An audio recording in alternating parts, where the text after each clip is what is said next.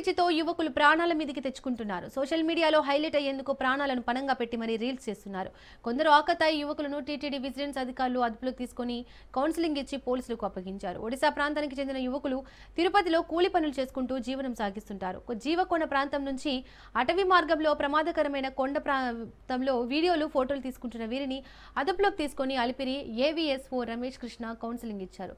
మరింత సమాచారం మా ప్రతినిధి సురేష్ అందిస్తారు. సురేష్, రైట్ మౌనిక, ఏదైతే గత 2 రోజులు కూర్చున్న వర్షాలకు తిరుమల క్షేత్రం ఆహ్లాదకర వాతావరణం మారింది.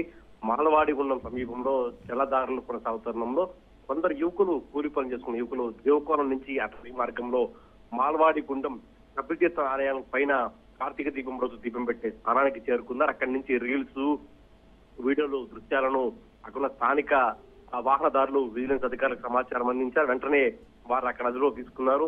వారు తెలియక వచ్చామని చెప్తున్నప్పటికీ పూర్తిగా ప్రమాదకరమైన రీతిలో రీల్స్ చేస్తూ కొండ అంచు నుంచి చేయడంతో ఒకసారిగా అందరూ భయాందోళనకు గురయ్యారు. ఆ తర్వాత వారిని కౌన్సిలింగ్ ఇప్పించి స్థానిక అలిపిరి పోలీసులకు ఏవీఎస్ఓ రమేష్ కృష్ణ వారికి అప్పచెప్పారు.